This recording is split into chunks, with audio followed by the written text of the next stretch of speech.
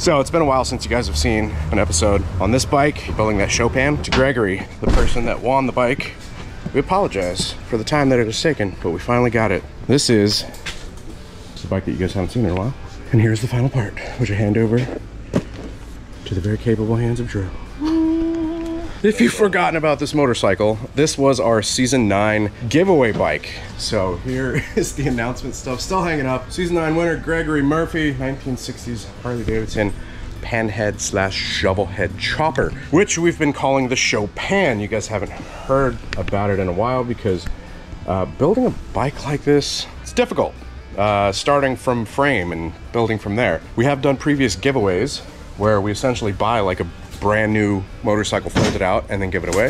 The perk of that is the parts are all there. We literally are just upgrading, fabricating some, but with something like this, it takes a lot longer. So here we are, finally, with the final piece, which is a belt drive limited belt drive. What is a belt drive, you ask? It goes here. It's primary. Connects the engine to transmission to rear sprocket so that the bike can go. For those of you that might have forgotten also, Drew, Freak Show Fabrication, you want to tell them about yourself again since it's been a while? What you doing? What you been up to? Oh, I just make some motorcycle parts, build some motorcycles here and there. FreakShowFab.com if you guys want like custom grips. Mainly chopper parts. Nothing at the moment for new motorcycles. This was a big hit the last time we talked about it, but he makes these sissy bars that have these camping tools. That's right. We're not allowed to say what they actually are because YouTube. What progress have you made on this thing since the last time we were here? Made a headlight bracket for it. It really didn't need much, actually,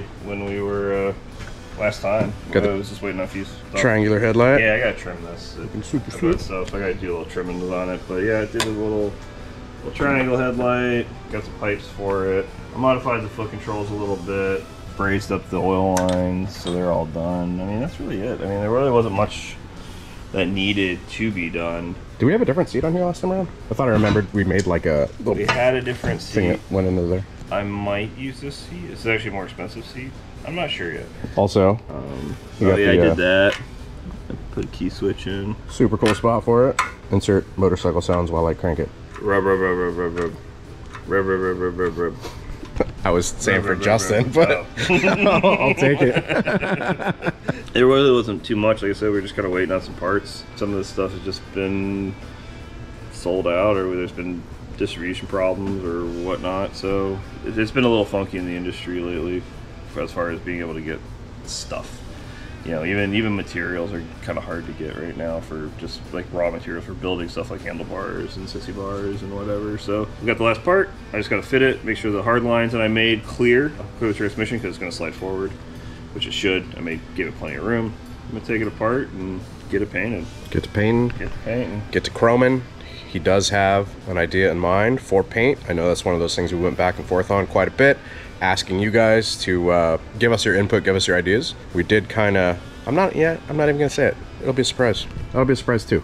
Oh, it's gonna be a surprise for even me because I'm not even sure what I'm gonna do yet. I got ideas. I got 2 or 3 different plans. When I start mixing paint, that's when I'm gonna make my decision. Yeah. I'll give you this much. I'm not gonna do something all sparkly and shiny. Yeah. Texture stuff than anything I've ever done. First and foremost, Greg, thanks for your patience, man. We really appreciate it. I have his number, so I'm gonna take a picture of this, send it to him, and be like, hey man, we finally got that last part. Yeah, so after this, basically making sure that everything fits up and is good to go. Disassembly happens, and then off to paint. There's a couple things that Drew's gonna be doing to the frame on this side. I know you were talking about. Yeah, it says this was a swap meet frame. It's got these deals here, which I have no idea what these are for, so I'm gonna lop those off, clean them up, do a little more clean up on the frame, and then I'll probably do another something for the motor because the motor right now is just mocked up. So we did go back and forth on cam options for this thing since it is half shovel, half pan. We've done our due diligence and figured out all that. So whenever we get everything stripped down, painted, that's when Drew's gonna start going through the engine. So the bottom end's good to go. This was a running motor originally. It was a shovel. Then I put pans on it at one point, and then we put one of each on it at one point. Wasn't that Chris's recommendation? That was like in the beginning, wasn't that Chris? This is all Chris's fault. Son of a. This whole pan shovel thing is completely Chris's fault. With the cam that's in it, they are different ratios. It's not like a crazy difference. Will it still run and run well? Yes. Is it going to be some high performance? monster that breathes fire. No, it never was intended to be that. Definitely not. Nor it's a chopper. Like you're not hauling ass on this thing. Nor will it ever be that. You know, maybe some of you guys out there are like, well, Indian Larry was building, you know, 96-inch dual head motors. Yeah, but they were using STD heads, having custom motors built. You know, this is a custom motor, but we're using a lot of stock parts. Older way of doing it without replacing every single thing with a new aftermarket part. I guess in the olden times, whenever people would do these half-halves, back in the day, when the wheel wasn't around. Yeah, so they would do the front as shovel, or the front well, it doesn't really matter which one you switch. You know what I mean? Like you can put either or, front or rear. We're doing it in this configuration because I just so happen to have one lonely front shovel head. This really wasn't something that people did back in the day. This really wasn't common. It's not common, period. You'll be able to ride it all over the place, but is it made for hopping on the interstate and pounding a bunch of miles? No. Would you want to? No. You won't have any teeth left in your head, and you won't feel your. And you'll have to carry extra gas.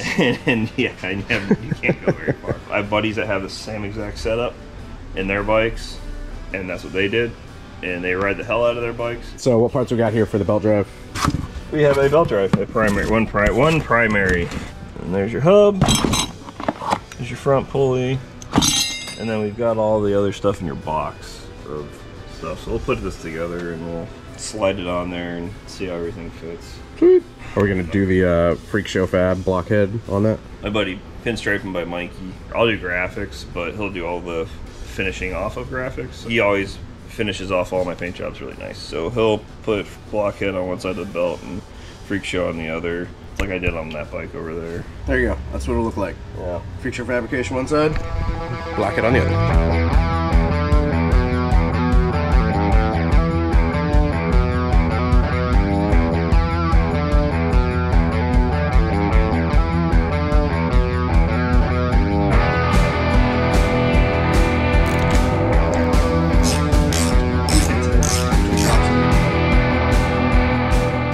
Beans. Now it can come apart. Oh yeah. That is so close. Like a glove. Yeah, right. Yeah, that's perfect. Look at that. It's almost like it was made for it. Thanks, Paco. Yes. Look at that. Gregory Murphy, there you go, man. There's your update. She's in. So she yeah, now it can come apart. Oil lines are good. Oil lines are good. You decided on grips and pegs and all that stuff. You're gonna hit it with your Freak Show special? I'll probably do the metal pegs like those. A zillion of those. It'll probably get toe pegs that are mine. It'll get the carb stuff and the grips and whatnot. So yeah, I'll do some of my stuff on it. But check. Hooray! Hooray! There's the update. One small step for man, one giant leap for biker kind. Yeah, that darn part. So we'll be good. If you guys have thoughts, questions, whatever, comments on this thing that you haven't seen in a while, drop them down in the comments below. Let us know. Be sure to go give Drew a follow at Freak Show Fabrication. He's got some big changes coming up, so you all give him a follow and see what he posts up. He's also got a good amount of stuff potentially for sale.